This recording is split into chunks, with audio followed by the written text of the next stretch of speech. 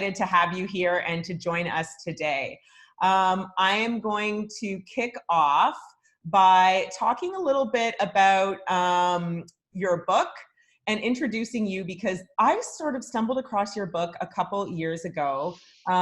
This is her fourth book. So she started off with a book called Inheritance, Sugar Bread, this story that we all enjoyed so much, Erotic Stories for Punjabi Widows, and then has recently written another book that is released that I'm going to implore you all to read, and we'll be doing actually a giveaway at the end, sort of closer to 9 o'clock, so that you guys can grab that book.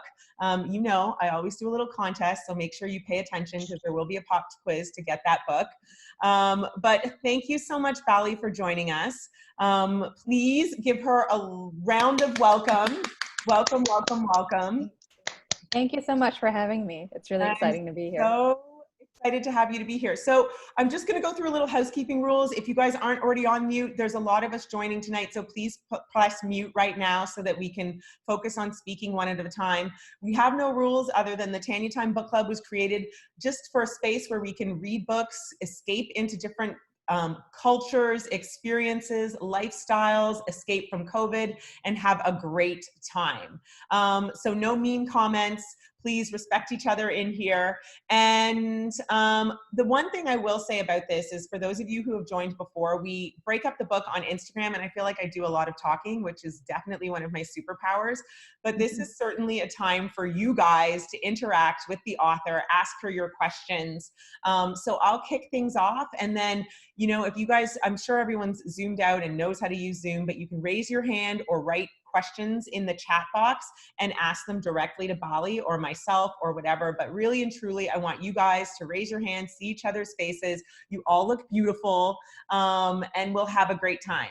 This Zoom will go with the author Balli from about 8 to 9. We'll have the giveaway right before 9. And then please feel free to stay on here. We have the after party where we talk about anything and whatever we digress into, from other books to TV shows, whatever it is. So without further ado, thank you, Balli, for joining us.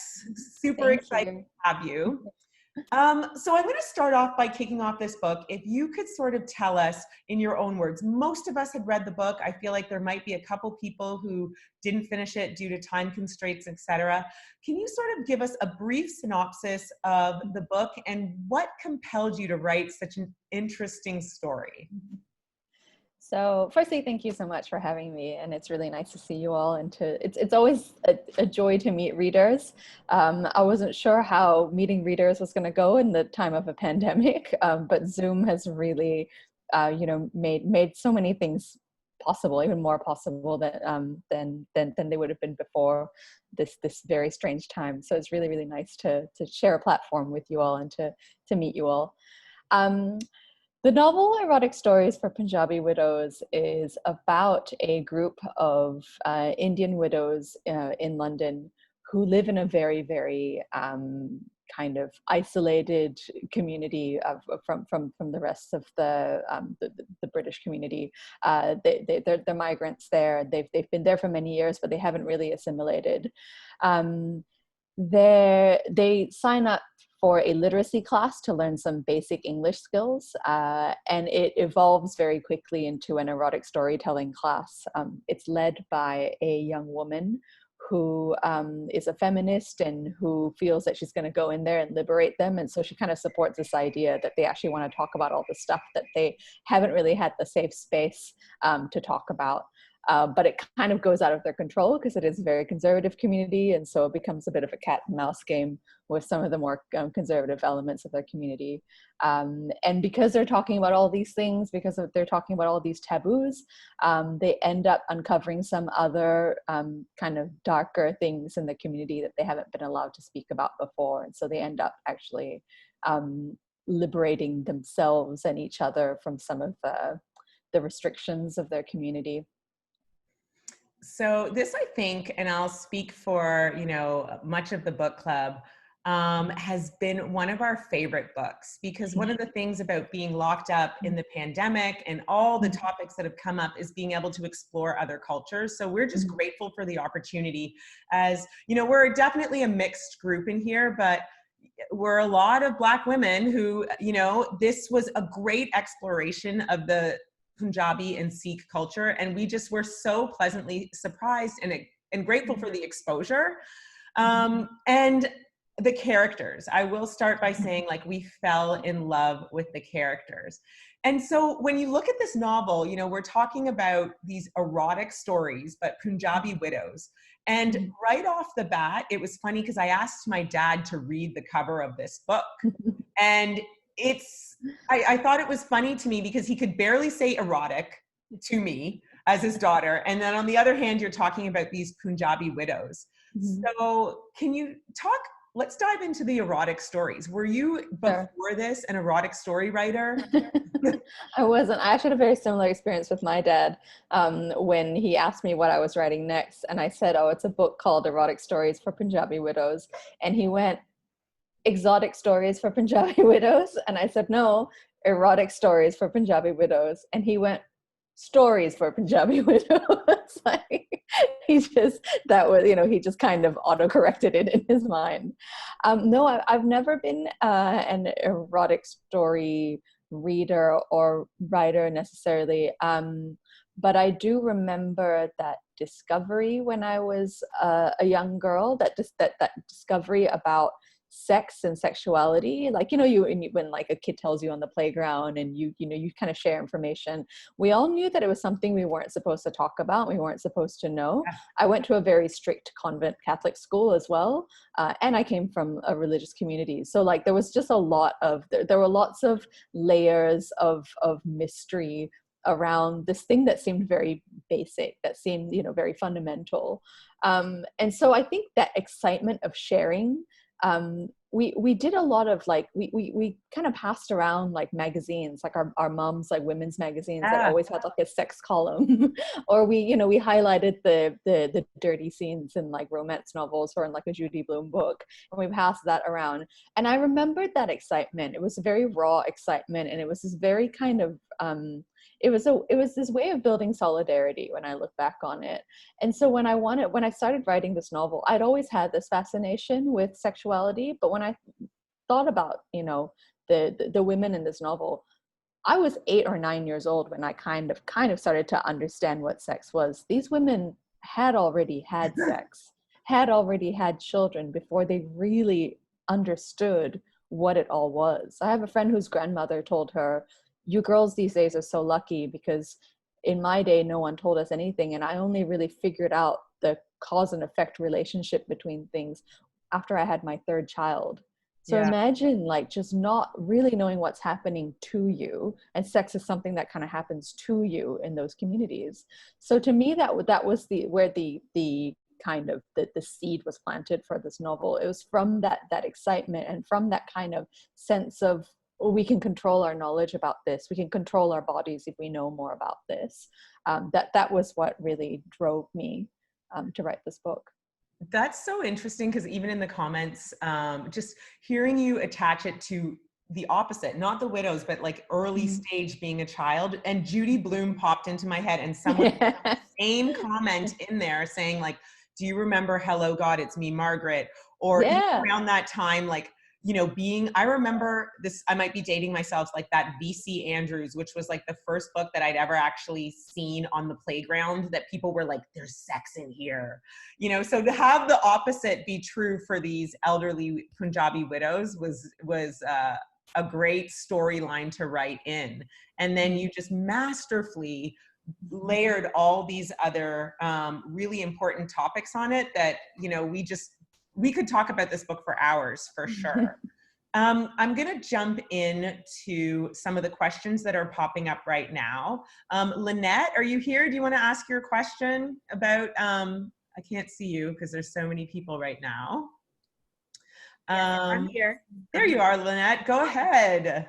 I was wondering, I know that you said it in London or in another city outside of India, just so that they could have that, you know, almost fish out of water experience of being in a place where they didn't fully assimilate. But why did you choose London over any other city that might have like a large Indian presence? Yeah, that's a great question. I get that question quite a bit because I'm not from the UK as Right, well. that's So it's like, like, why didn't you set it in Singapore where you're from? The way that migration happened in the UK, like the way that South Asian migration and particularly Punjabi migration happened, is quite unique. That it happened, I think, I could be wrong here, but I think it was in the sort of the 1940s and 50s. When people migrated to the US, for example, they kind of spread out. They were in a number of different cities, and because of that, they, assimilated to American culture a little bit more and a little bit differently. Whereas when they went to the UK, there was a lot of hostility, there was a lot of difficulty, and I think there was just the infrastructure of migration was just so different for so many factors that they all kind of combined forces and created this enclave, which is Southhall. And there's no other Punjabi migrant community in the world, as far as I know, quite like Southhall, where it's actually physically like India. So I'll give you an example. Like when you get off the train in Southhall, it says "Welcome to Southhall" in English, and it says "Welcome to Southhall" in Punjabi at a tube station. Like that's crazy. And then you step out and you walk around, and everyone is Punjabi. And you can walk to the pub. Well, at least when I used to research this book, so this was like 10, 12 years ago, you could walk into the pub and pay for your drink with rupees, with Indian rupees. So this is a place that has really, in a lot of ways, fostered this wonderful sense of community. But in other ways, also kind of fossilized, and this inclusiveness is kind of a double-edged sword, because I always felt very at home whenever I went there, but then I also felt like, gosh, I need to get away because everyone knows my business. And everyone, it's like a village, and it's like a village in a really comforting way, but it's also like a village in a really like, oh, I'm in London, there's so much more that I should be seeing and exploring. And so the way that the women are quite isolated, I've never seen that with any Punjabi migrant community in any other place in the world. Like in other places, you're kind of spread out. You're learning the languages. Yes, you hold on to your community and your traditions quite strongly. But in Southhall, you literally never had to learn English over 50 years, which is amazing. You live in England and you never have to speak English or learn it. You never actually have to experience England. So I thought that was really fascinating. Thank you. You're welcome. And that is something that we touched upon, because you think about how the book starts, and it's Kaur telling the story. She'd lived in London for however many years, but she was relying on her little tiny toddler daughter to sort of translate the language. So I feel like that was a great way to sort of highlight how isolated these women were, and just how society had kind of looked at these widows as these unempowered, just sort of societal cast-offs, but at the same point, they were very respected in the community, which was an interesting role to play. And I really appreciated you sort of highlighting how they kind of came to grow out of that throughout the story. There's a great question here. Was it Alicia? Alicia Moody, where are you? Do you want to unmute? There you are. You want to unmute and ask your question? Great. Hello, it's Alicia, Tanya. Alicia. Hello, how are you? Hi, I'm good, how are you? Oh, wonderful. So my question in thinking of your process, and how this book has so many themes or elements in it. So I was wondering, when you decided to start out with the book, did you, when you went back to your younger childhood, did you start writing down themes like, okay, I recall this, I recall that, and did you purposely throw all those themes or elements in there? Or, did you brainstorm, or what was that process like? So with this book, there were a number of different elements to kind of try to balance. It took me a really long time just to find the voice of the novel, because I knew I wanted it to be humorous, but also to have this sort of serious undertone, because, some of the issues that come up in it. So just trying to figure out the right note for that took a number of attempts at first, in those first chapters, how do I give the story a voice? What voice am I giving it? And And actually, I kind of I started out just wanting to write about the widows and the erotic stories and kind of have it, you know, have the story kind of limited to that. But then I realized that as I developed the characters, as they got more complex, I realized they're smart women, you know, and they're discovering their independence. They're not going to limit these discussions to sex. They're going to go beyond that because now they've become empowered. They're going to start talking about some of the other stuff that's happened in this community that they should put a stop to, you know, like domestic violence. And that, it was almost like, it was exciting to discover that there was this other thread, but it was almost a burden because I was like, oh no, now there's this mystery and I don't know how to write a mystery.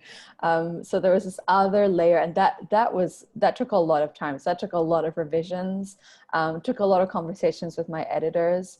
The learning curve was very, very steep, but boy, did I learn a lot. Like I learned a lot that I could actually, and it made me feel braver about writing things as well, like to really step out of my comfort zone, and to be like, okay, here's something challenging, don't shy away from it. Like, you know, and I just kept kind of revising those drafts and just trying to make it work. But the big mystery took, you know, even up until the very end of edits, we were still trying to work out, like, how do you reveal this without being too convenient? How do you, you know, how do you make the action of these things happen so that it makes sense at the end, that there's this, that there's a resolution to it. It was all kind of it was all pretty demanding of me as a writer, but I just kind of persevered with it. But it just took a lot of drafts and a lot of a lot of brainstorming. So that's something that I do as I write. If I tend to just type on my laptop, and I tend to do a lot of just my work on the computer, but then I also have a notebook on the side that I turn to, where I just kind of, you know, write down ideas, especially if I kind of start getting ahead of myself. Then I turn and I go, okay, maybe in the next chapter this could happen and that could happen. It's a way for me to kind of just work out the ideas and iron them out. So would you say that you found your voice is a huge theme that's in your book? Yeah, I think so. Yeah, I think it definitely helped me to discover the sorts of stories I wanted to write about. Like my first two novels, Inheritance is quite serious. Sugarbread is kind of a coming of age story, so it's a little bit lighter. But those were very autobiographical. And with this, I was really kind of stepping outside of my immediate experiences. So I was writing what I know still, in terms of, like, I know that community and I know some of those experiences, but still I was creating characters, and I was delving into experiences that weren't necessarily things that I had directly encountered or directly experienced. So it was really kind of like a step out, and because of that, now I feel braver to step away from my immediate experiences, which is great because I can't possibly experience all the things that I want to write about.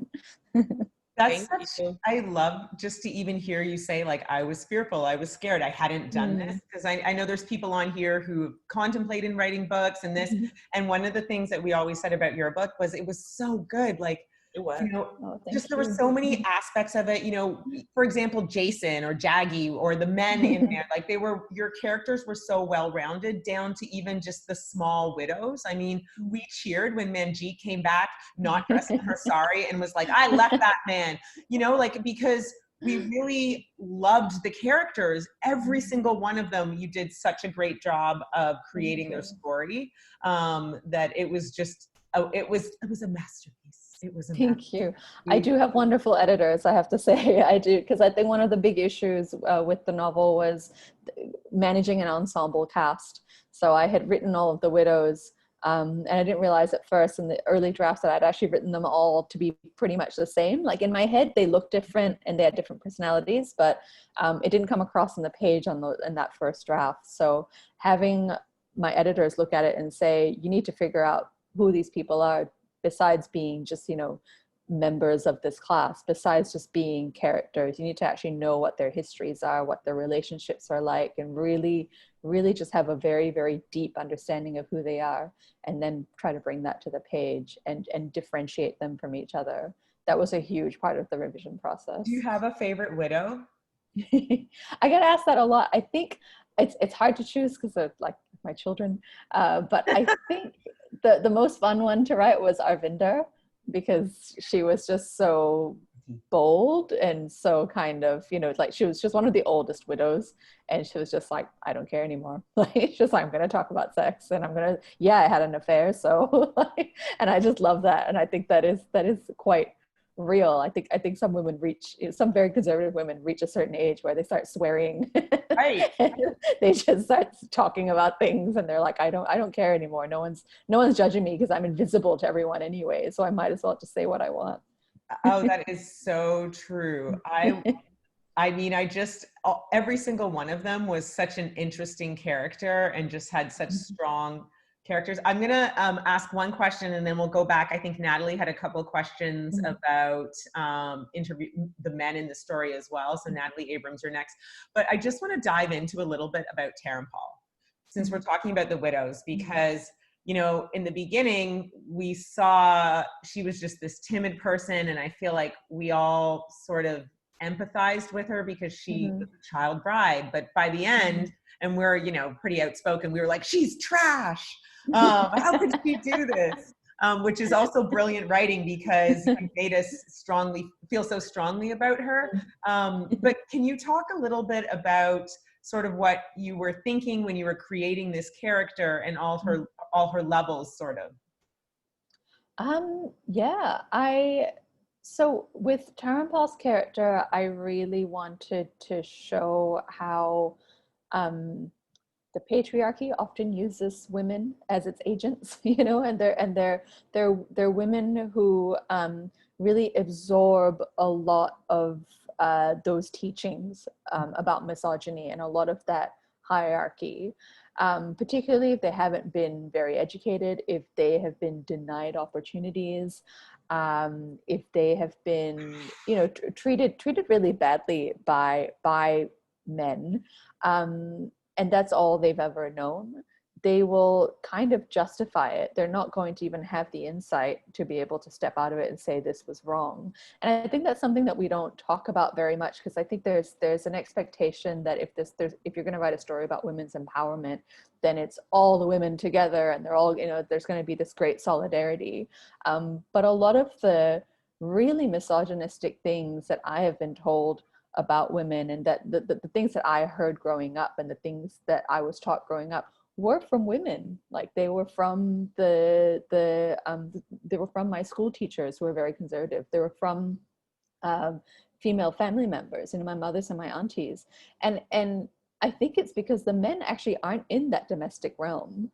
They're not, so they're kind of passing down those things, maybe implicitly even. Whereas it's, and the men don't really, I guess they're not as concerned with reputation as the women are in that sense, you know, in terms of shame and in terms of, you know, what are people saying at the temple, because they've got this whole other life where they're going out to work and there are these other things that are going on in their lives and their reputations maybe lie there.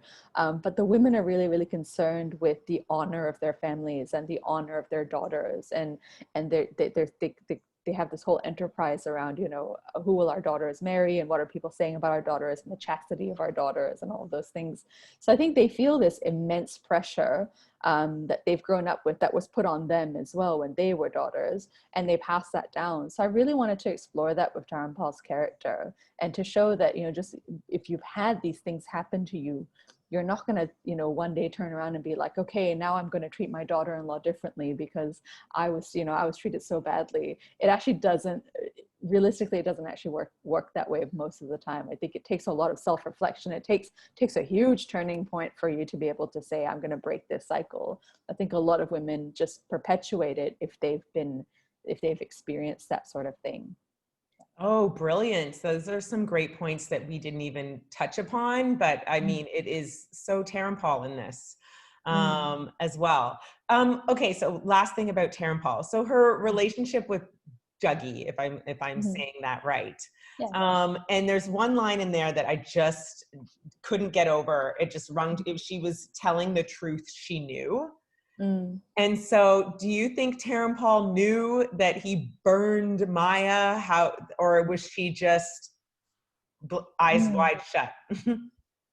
I think Yeah, I think she probably knew on some level, but maybe didn't want to think about it too hard. Like she just kind of knew that like it was she knew what was convenient for her. And we do see that not just in narratives like this one, but also like we see it in like I'm a bit of a true crime junkie, so you know, you hear about like the woman who had the affair with the man, and then you know his wife mysteriously disappears, like you know he says she's run off or whatever, and it's actually, well, he's had her killed or he's murdered her or something, and the woman that he's having an affair with just kind of goes, okay, well, she's out of the picture, I don't want to think about it, I don't really want to know, and they live this life together where she, you know, sort of, you know, pretends or just denies it, puts her blinkers on. I think that's what happened with this, and I think that's what happened with a lot of those cases of domestic violence or honor killings. I know that when I lived in England, and I used to read a lot about the community that I came from, but how they were in the UK, and there were a lot of cases at the time of honor killings and honor-based violence. And there's this one woman who's an activist who said that she went into a community like Southhall, and she gave a talk about how she escaped a forced marriage, and she escaped honor-based violence.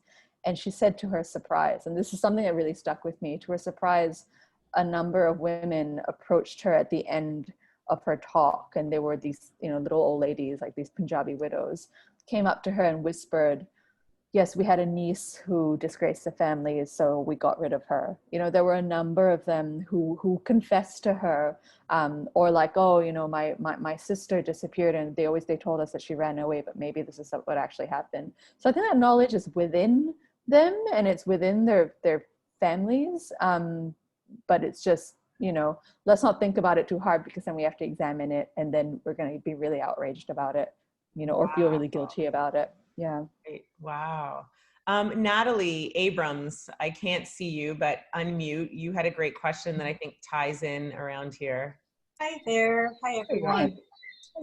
So when I saw the title of the book, certainly I did not know what to expect, but it was fantastic. Just saying hello from Barbados. So my question was, did you interview any men from the traditional Punjabi society in writing the book? And did you share the storyline with them? What were their reactions to the portrayal of the brothers or men in general? No, I actually didn't interview any men. I didn't really think to interview any men, actually. Just my dad, who you know, we've all seen what his reaction to the cover or the title was. Reactions from men, it's been interesting, because I've actually gotten a lot of really, really positive messages from men, and from like rather conservative men. So I've had lots of, like, you know, older Sikh men send me messages on Facebook, or, you know, or through my website, saying, good for you, thank you for talking about these issues, as well as women. I've had a little bit of trolling, not very much, you know, sadly from young people, from sort of radicalized young people who feel that, you know, the book is portraying the elders in a wrong way, and in a really kind of unsavory way. And mostly, actually, all of them have been from the UK or Canada, so they actually haven't been from India. I get a lot of very positive responses from India, but it's kind of that thing again where, you know, if you've migrated maybe generations ago, or your family's migrated generations ago, these points of view are really fossilized, so you're actually more conservative. And your kids and your grandkids are actually much more traditional than kids in India, who have actually moved on and who actually are talking about sex much more freely. It's interesting, when I wrote The Brothers, when I was writing that part of the novel, I thought, okay, we don't really have this kind of extremism that's so organized in our community. This is something that I'm kind of, you know, I'm using a bit of poetic license with this. I'm creating this antagonist because I want to create an antagonist that's more tangible, I suppose, than just, you know, ooh, what are people saying? But it's one of those weird things where life imitates art, I suppose, because as I was writing it, I think right after it was published, I actually read in the news about some cases in England where organized groups of radical extremist Sikh young men mostly, were ambushing weddings, interfaith weddings that were taking place, particularly if the woman was Sikh and the man wasn't Sikh. And I actually had those people attack me on social media when I wrote a piece about my interfaith marriage. It was the most innocuous thing I've ever written. I just wrote about how happy I was that I made a choice for myself, and people lost their minds, just felt that I was being this huge traitor. And I really was like one of the most lighthearted things I've ever written. And I had also a number of supporters writing to me and saying, you know, here's like, I had this Scottish man write to me to say, I'm really sorry, I'm seeing all this abuse you're getting on Twitter, and I just want you to know. And he sent me this beautiful picture of him and his Sikh wife. And he said, this was our wedding. We had to change the date. It was supposed to be on a Sunday. We printed out the cards and sent them out and told everyone, you know, we're getting married on Sunday. But then we called them and said, actually, come in on Saturday. That's when we're actually getting married, because they were threatened by fundamentalists, and they actually, you know, were afraid that people were going to show up and ambush the wedding, because they had been doing that in you know, in certain cities in the UK. So it's really strange that the brothers kind of became like, they actually started to exist, and it's actually quite frightening. Yeah, we are, well, we're kind of a mixed group from everywhere, but around the time that we had our last thing, we kind of brought up the American climate of, you know, just not really knowing where these extremist groups were coming from. Are they going to meet you at the polls or whatever? So it's interesting to see this very public rise of people who have been empowered, and I don't even know if that's the right word to use, to just emboldened, like, maybe. Yes, emboldened. So it did certainly felt a little bit timely to read that. And I'm sorry just that even as a world and society that, you know, we have to go through that. And it's, I thank you for sharing your story, and just, you know, when you can casually write about, hey, I found my life partner and he's this person, and people have the nerve to disagree or voice an opinion.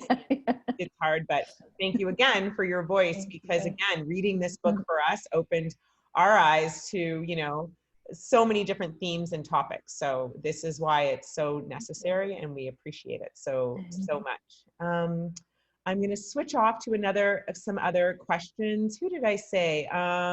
Morgan, are you there? Hey, Morgan. Hi. My question is, how did you choose the Beatrix Potter book to be so significant to Nikki?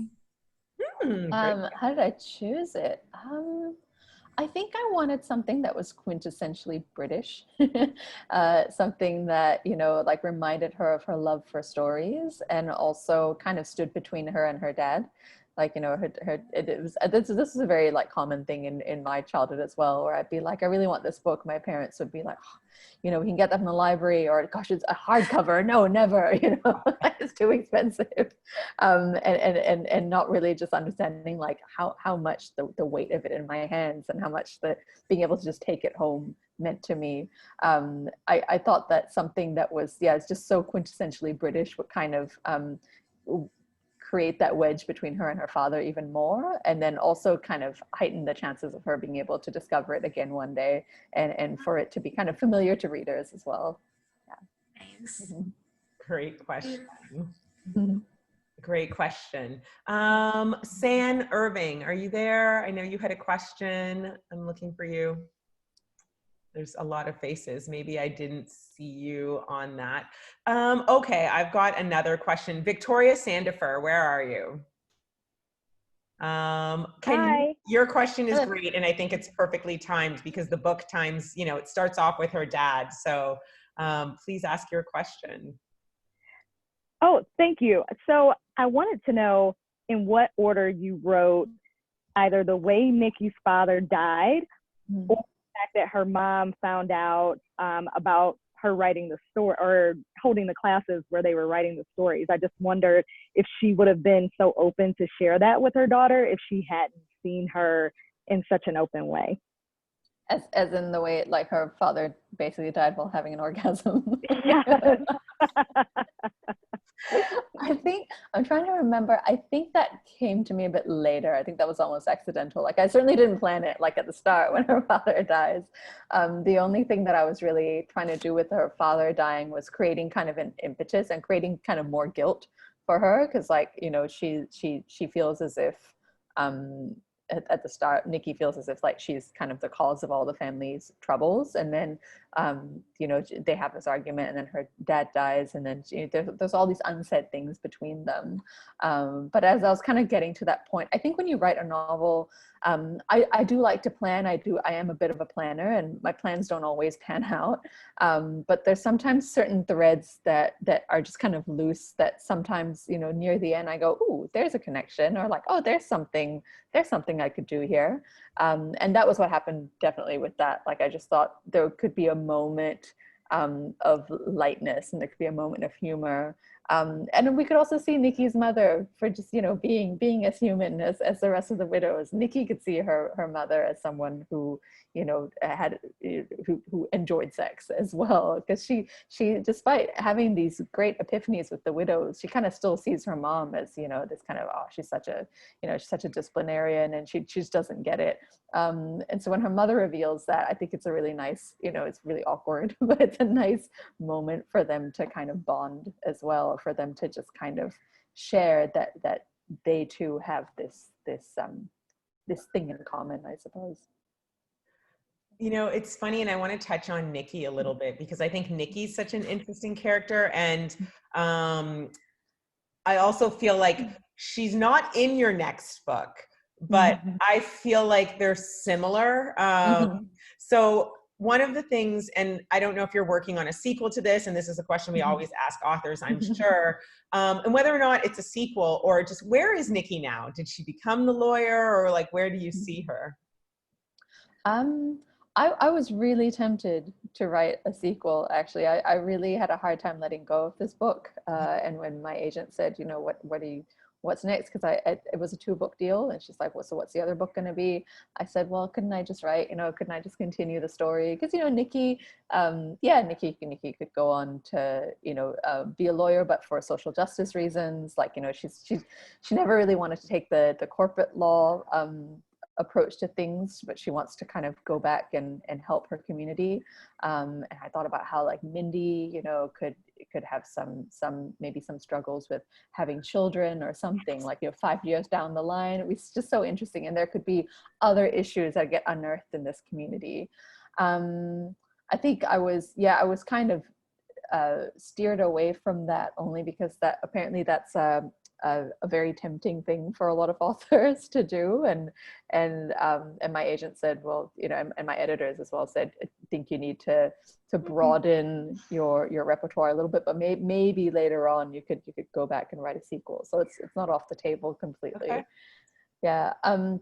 Yeah, Nikki's type of character is definitely in, I think you probably see quite a bit of her in the Unlikely Adventures of the Shergill Sisters, in Jasmine's character in particular, and in the novel that I'm currently writing that's due in a month to my editors. Yeah, there's certainly a Nikki-like character as well. I think I really like the character who is a young woman who's very sure of herself, or at least she thinks she's very sure of herself. She kind of you know, has a lot of confidence, but she also has a lot of blind spots. Yes. And with Nikki, that comes in the form of her feminism, right? Like, she feels that, you know, she's the liberated one and she's going to help these widows. And they actually teach her a few lessons. Like, they actually, you know, and they actually kind of bring her to the discovery that we actually all start from different places. And it's actually not fair to expect this big liberation.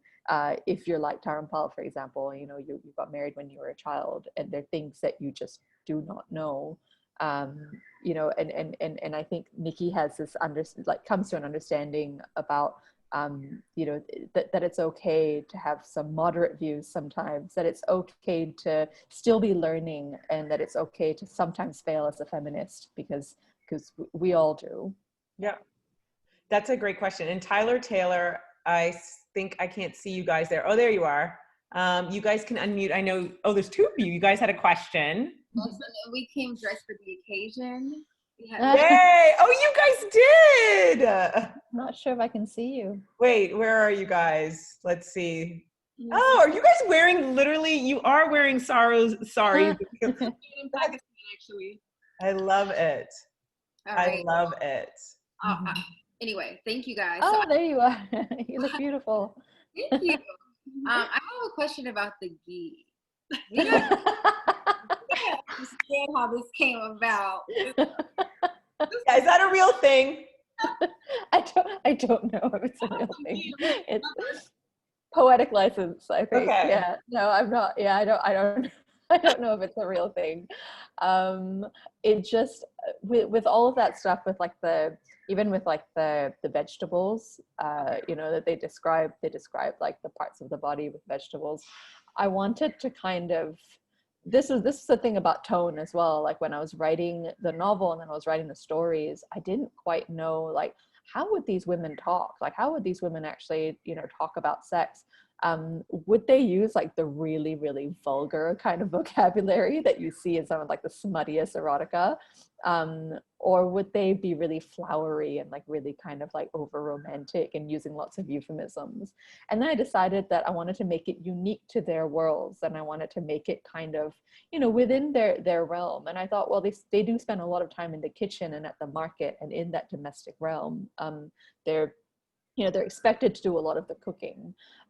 So to think of like the vegetable names, or like, you know, like using ghee as lubricant, like all of that stuff suddenly became relevant in a different way. Like, and again, it kind of spoke to their empowerment as well, that they're talking about the stuff that they're mainly used to serving their husbands, right? They're mainly used to like cooking for their husbands or for their families. Suddenly they're talking about that stuff from a different angle, like, oh, maybe it's actually something that can serve me in a different way as well.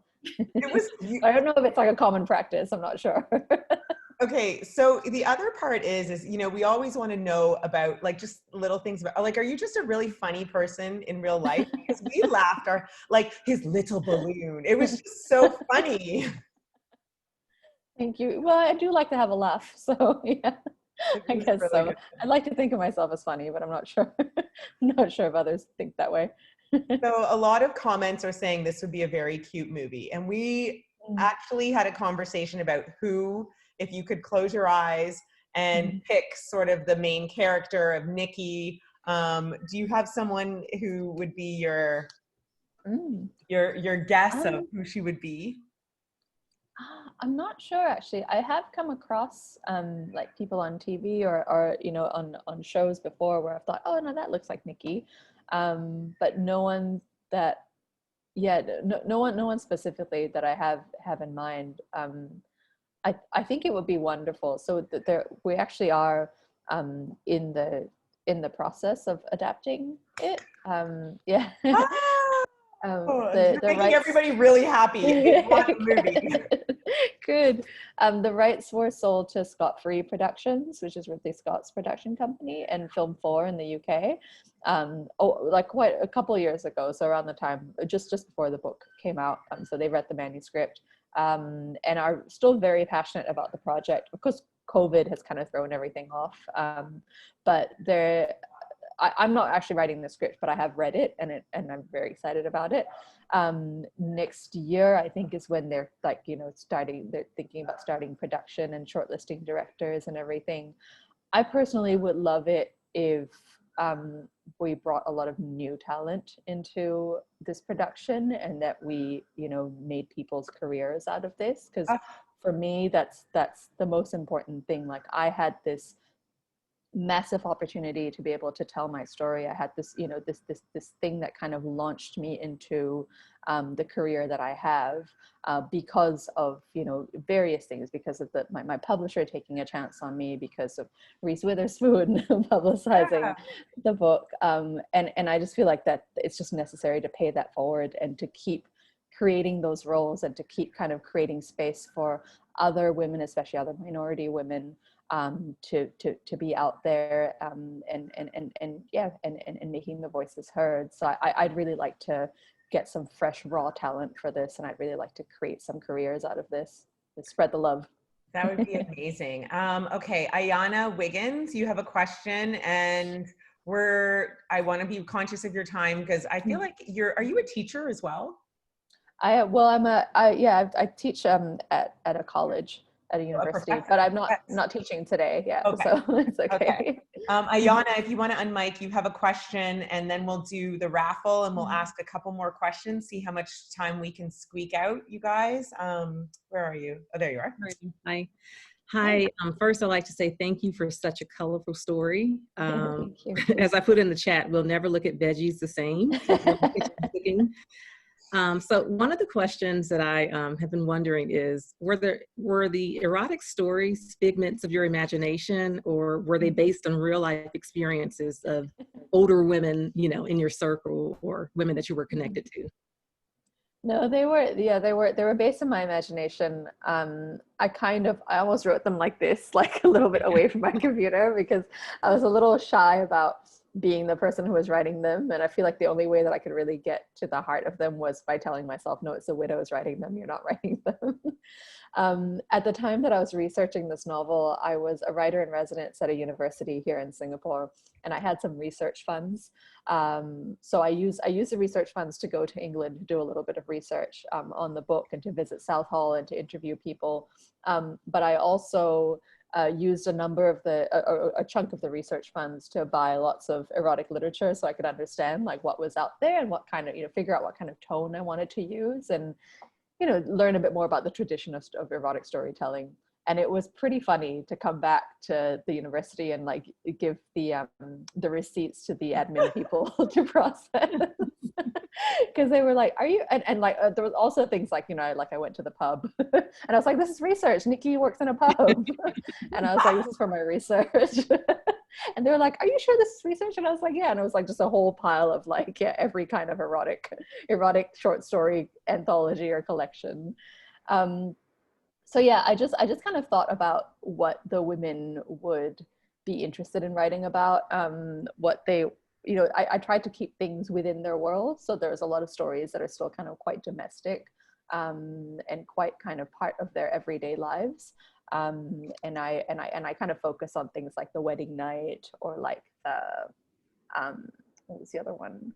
There was a wedding night, and then there was also like the woman whose like parents are trying to arrange her marriage. So with the mole. Yeah, the mole. Yeah. So I was trying to keep things within their realm of understanding of what sex was, and within kind of they're still within the confines of their tradition. So it wasn't too unrealistic. It wasn't too out there for them to be having these fantasies. Although they do get bolder and bolder, as it goes on, as they get more comfortable, I suppose.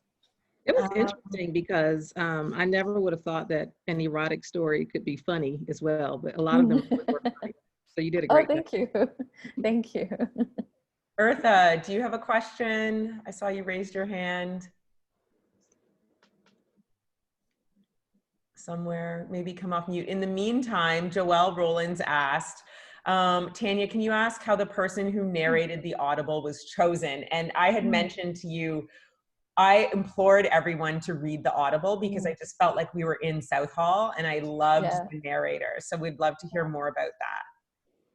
So I actually wasn't involved in that process at all. I'm not sure why. I think it was just, I think that was just how they did things. I was more involved in the process for Sugar Sisters, for that narrator, which is a different narrator. So I actually listened to a couple of clips.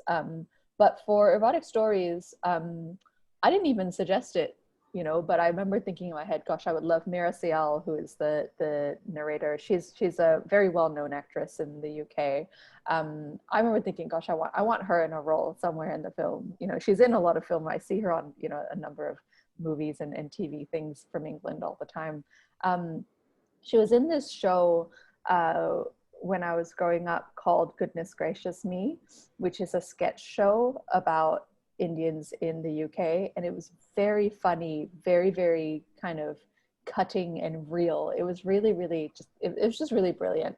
And there was just one day when my editor sent me a picture of her in the studio. She's like, has a glass of water and an apple and these huge kind of headphones, and they said, oh, here's Mira, she's doing the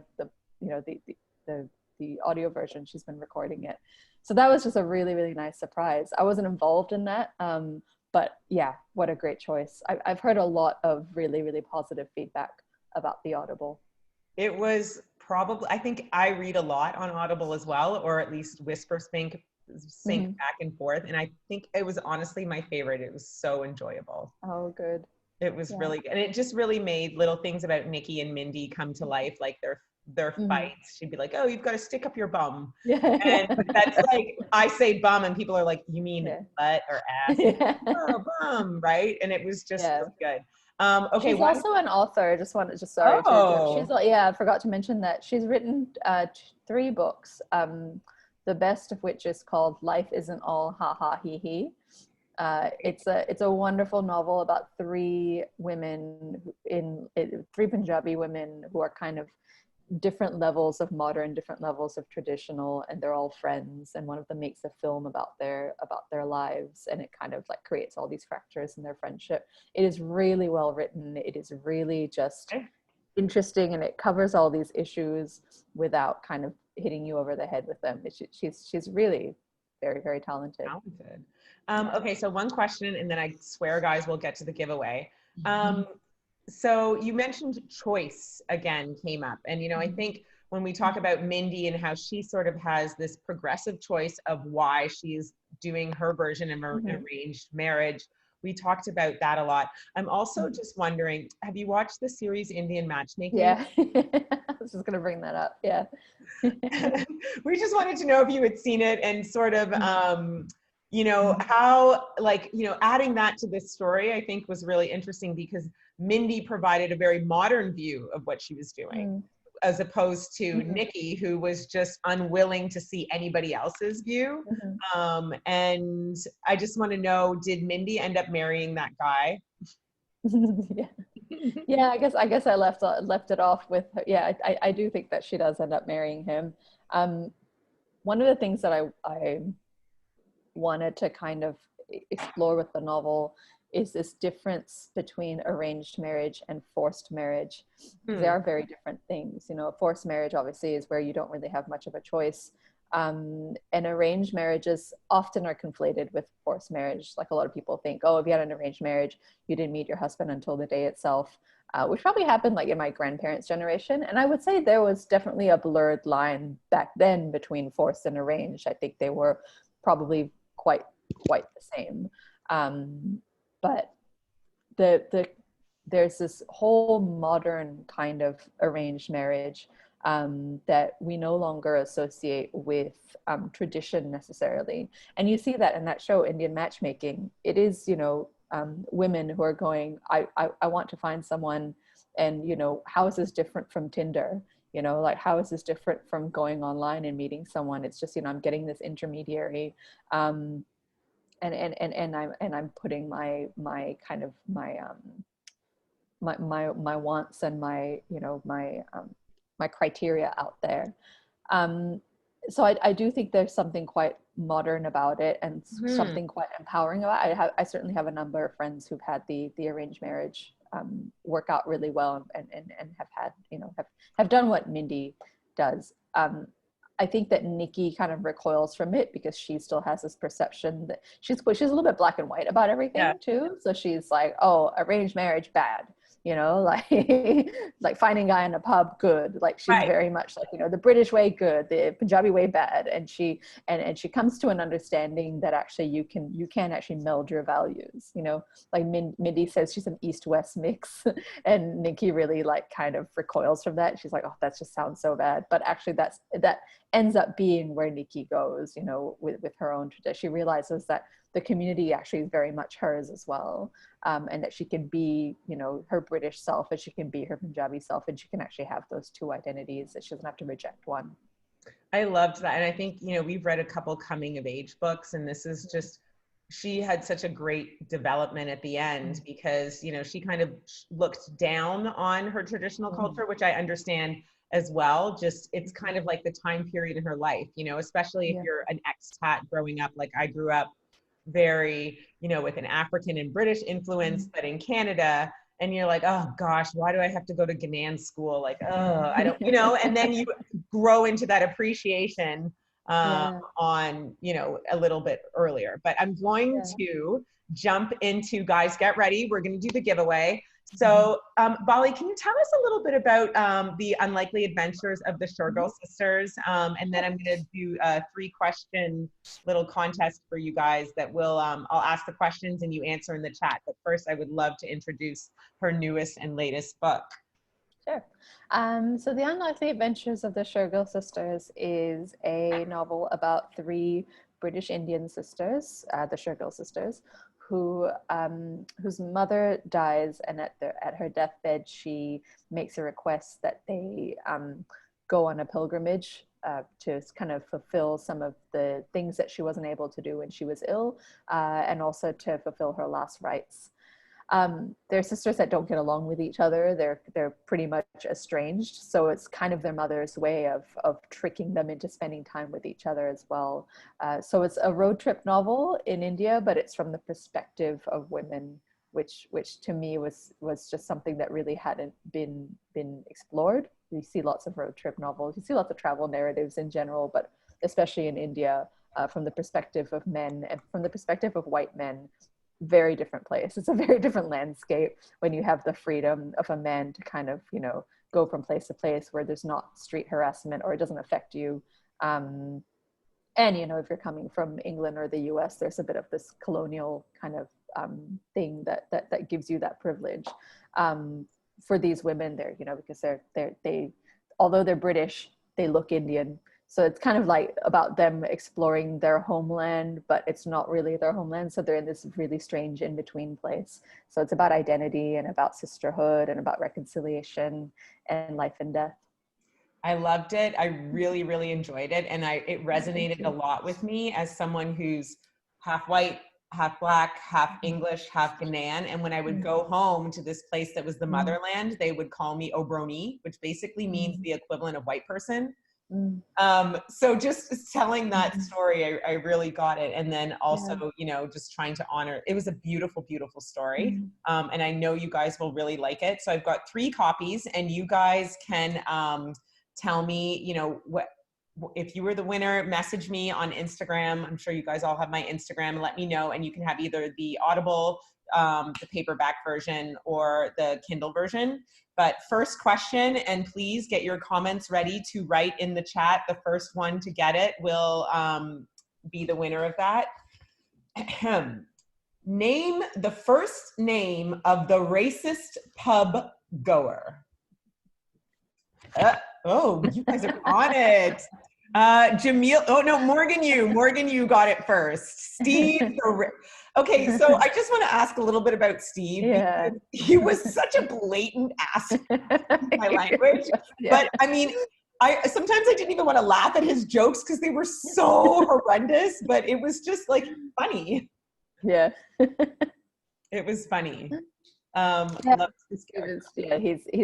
definitely encountered, I think at the time that I was writing this, or at the time that I wrote his character, there was I had a friend living with me from college who was kind of, you know, in a bad place in her life, and she, you know, was crashing on our couch for a little while, and she kind of was Steve with the racist grandfather. Like after she kind of got used to our home, she would say really inappropriate things and would make these kind of jokes, but she would be like, oh, my grandmother would say that, though I would never say that. And it got worse and worse, and she ended up having we ended up, you know, having to kick her out. It was really strange, like to have that in my own home and in my own space. There was something that really just bothered her about the fact that that my husband was white and I was not. It was like something she had never really grown up with, like in her space suddenly, and then suddenly she was living with that dynamic around her, and she just always made just really crude and inappropriate comments about that. It was very strange. So yeah, we're no longer friends. She's in the novel. Good. That's kind of the best sort of little mini revenge.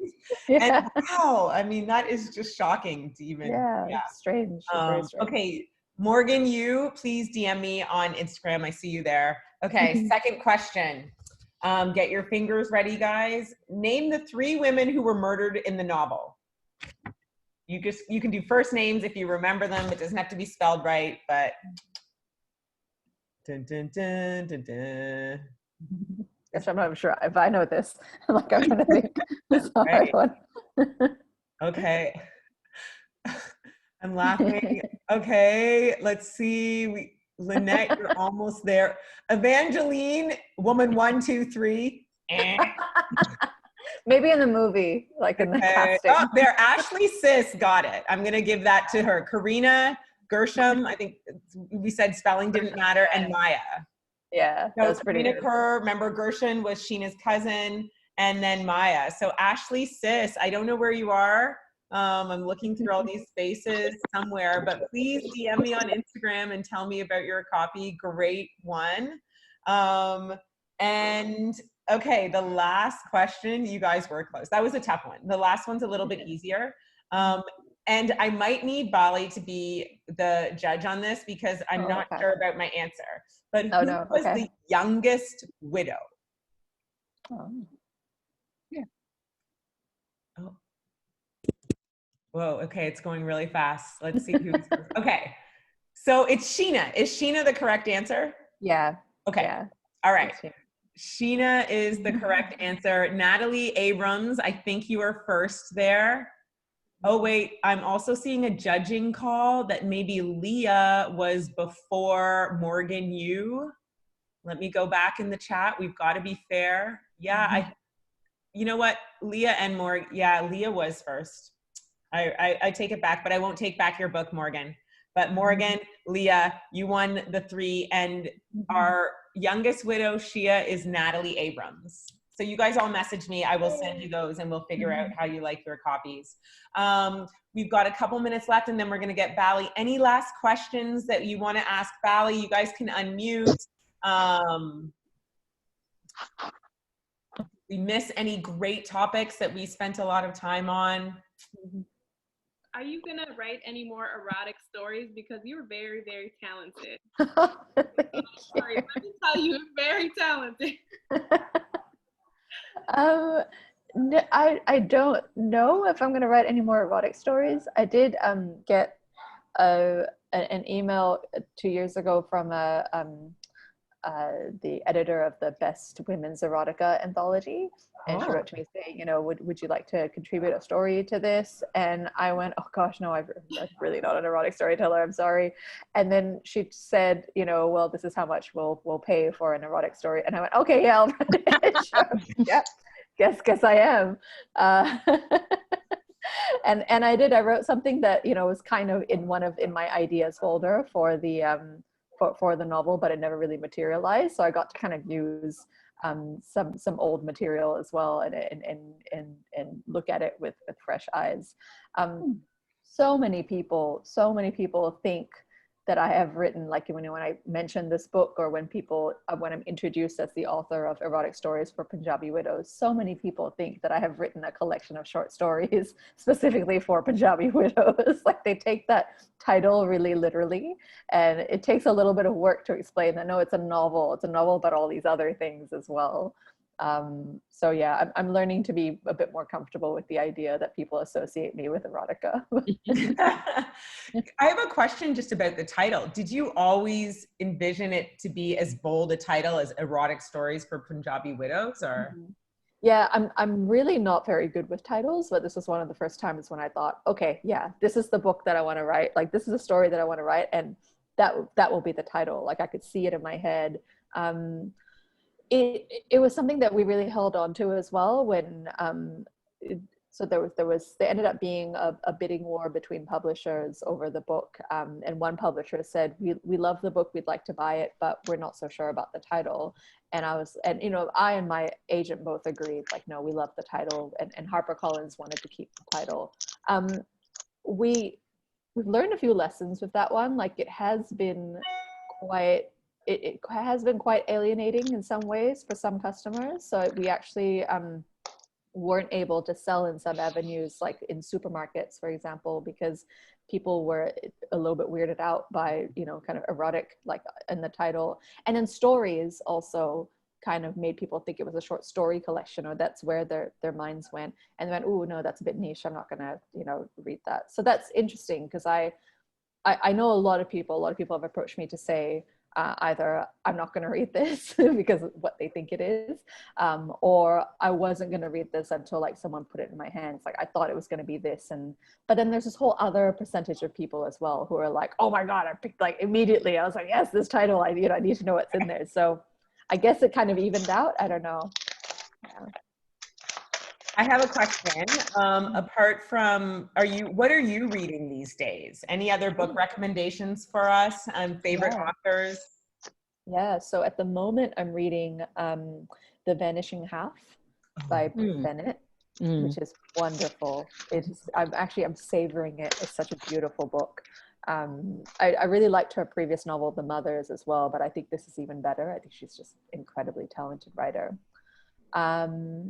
This year, I've read quite a bit this year that I really liked. I read a book called Burnt Sugar by an author named Avni Doshi. It's been shortlisted now for the Booker Prize, and it's about this girl's relationship with her mother, who was in kind of a follower of a guru in India, and about her. It's very, very. It's just written in this really chilling way. I can't really explain it, but I couldn't sleep after I read it. It's not a thriller, but it just was written in this very, very like got me in my bones kind of way. So I'd highly recommend that book.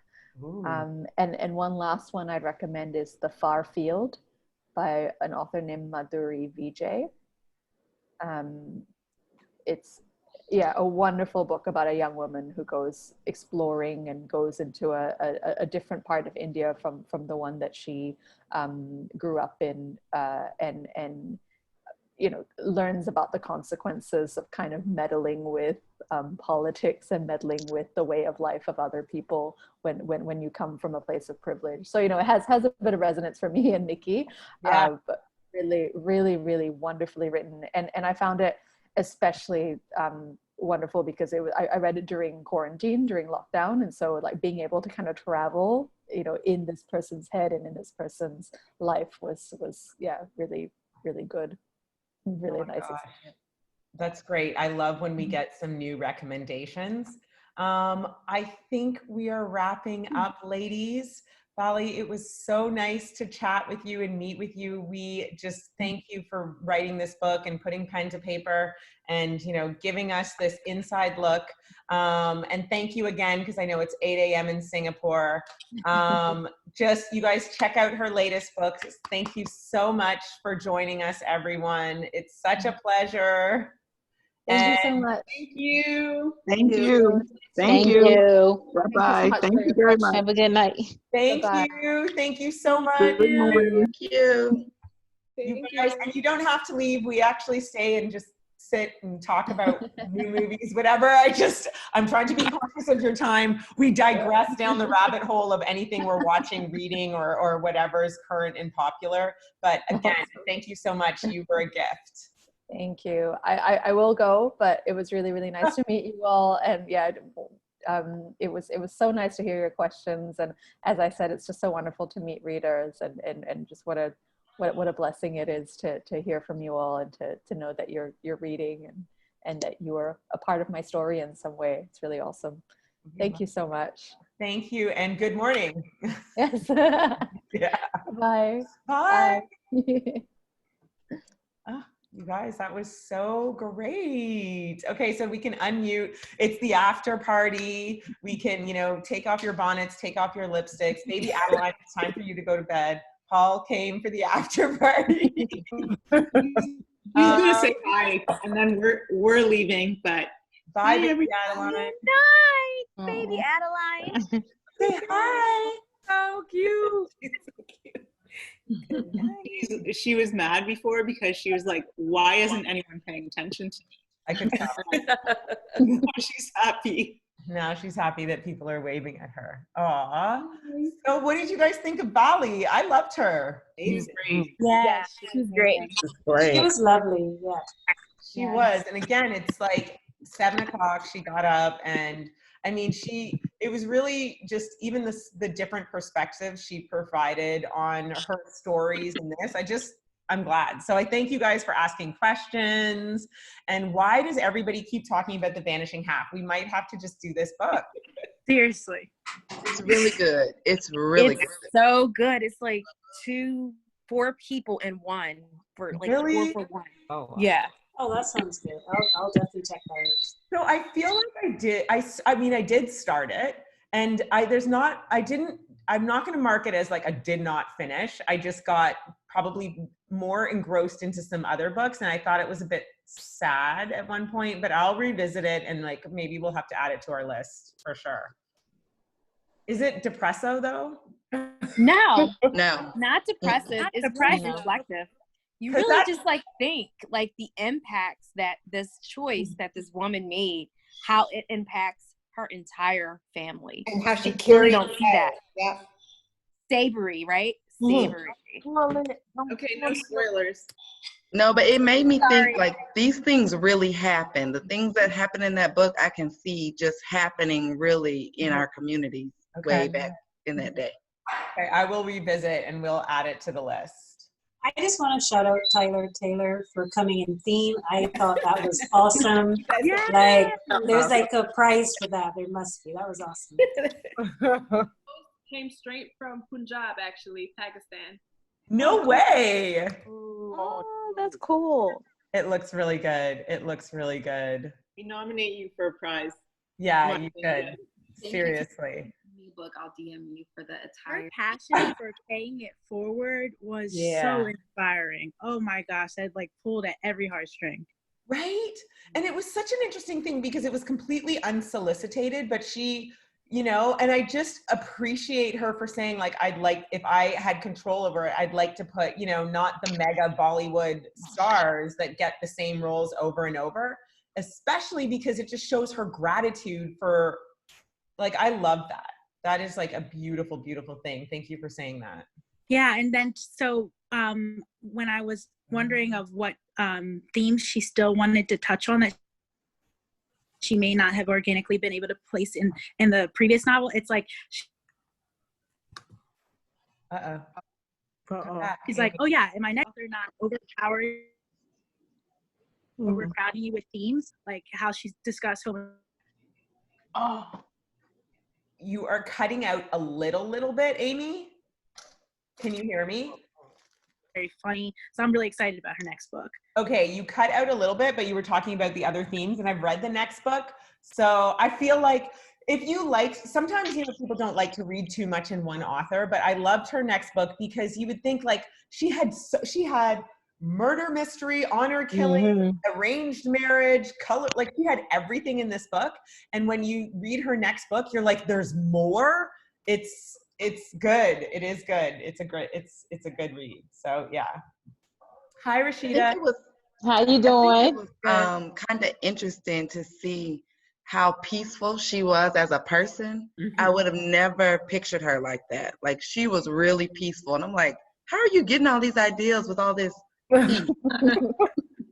You know, it's so funny because I do feel like I try and research a little bit on the authors, and you know, authors are different. Like you'll read their back of their book covers and it's like they live in their house in Brooklyn with their family and that's it. Like even her Instagram, like you can tell she's a bit private, but she'll say like, you know, so her husband is a white man. I don't know their story. I don't know how they met, but I did find the article that she talked about when she said, you know, she had an interfaith marriage. And so for a second, I know this sounds a little obtuse. I had to be like, what's an interfaith marriage? Like, because you just take for granted little things. But, you know, and so there's a part of me, like you get to see her and like her presence, which speaks volumes to who she is. But then I want to be like, what did you have for breakfast?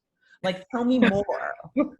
Like, I was like, you're a professor? Okay. Do you have kids? Like, you want to know so much more because it informs, like, you know, how she writes all these things. But at the same time, I'm like, let's be respectful of, like, having the author here.